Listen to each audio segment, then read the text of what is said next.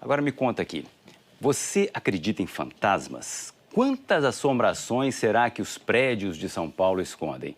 Um tour pelo centro da cidade desvenda esses mistérios e ainda conta a história da capital. Dá para conhecer uma cidade visitando seus monumentos históricos, seus restaurantes, mas a ideia aqui é outra: mergulhar na história de São Paulo dando um giro pelos seus lugares assombrados. Ideia do Thiago.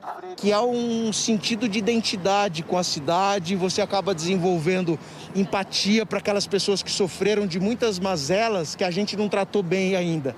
Escravidão é uma delas, o machismo estrutural é outra, o próprio respeito à questão indígena, né? Antes do passeio começar, o que assustou mesmo foi o frio. Tinha gente até de gorro e cachecol. Mas pensa que isso desanimou a Rafa? Tô sempre animada para essas coisas, principalmente quando é sobre esses temas, porque eu gosto muito de história. Ela veio de Guaianazes, na Zona Leste, com os irmãos e os pais que quase nunca circulam pelo centro. E a primeira parada deles, com o grupo de 100 pessoas, foi num dos monumentos mais importantes dessa região, o Teatro Municipal. Reza a lenda que há muitos anos um técnico foi consertar um elevador aí dentro. O rapaz ouviu uma voz chamando seu nome. Ele foi ver o que estava acontecendo. Não encontrou ninguém. De repente, o elevador caiu no fosso. Seria na cabeça dele, não fosse a tal voz. De onde ela veio? Ninguém sabe.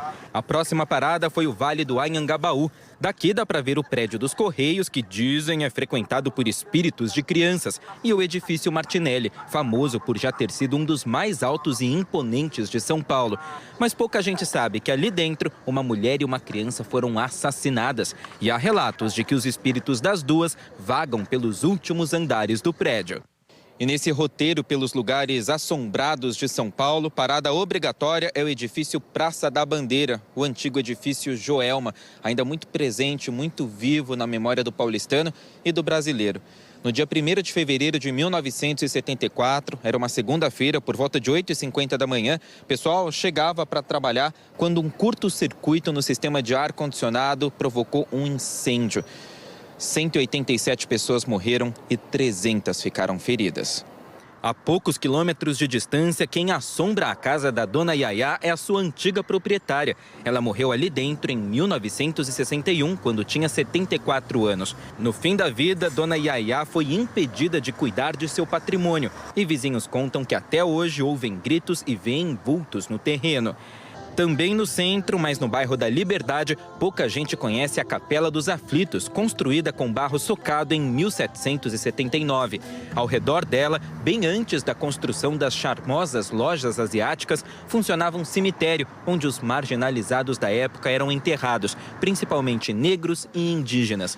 Eles eram assassinados numa forca instalada justamente onde hoje fica a Praça da Liberdade. Há algumas versões sobre o nome do bairro. Mas uma versão bastante divulgada, difundida aqui, é de que em 1821, quando foi condenado um soldado chamado Francisco José das Chagas, o Chaguinhas, e a corda se arrebentou por 3 vezes, a população gritou liberdade. No momento do enforcamento. No momento do enforcamento. A ideia agora é construir um memorial bem ao lado da capela para preservar a história de quem ocupou esse solo bem antes, de quem foi enterrado nessa terra depois de muita tortura. A gente nunca pode apagar as histórias tristes porque a gente precisa sempre olhar para elas, senão elas voltam. Quando a gente apaga as luzes de uma sala, as coisas que ali existiam não deixam de existir. A gente apenas não as vê. As próximas edições do Tour Mal Assombrados são hoje e amanhã. As inscrições são feitas pela internet. O passeio dura, em média, 2h30 e é de graça. Tem coragem?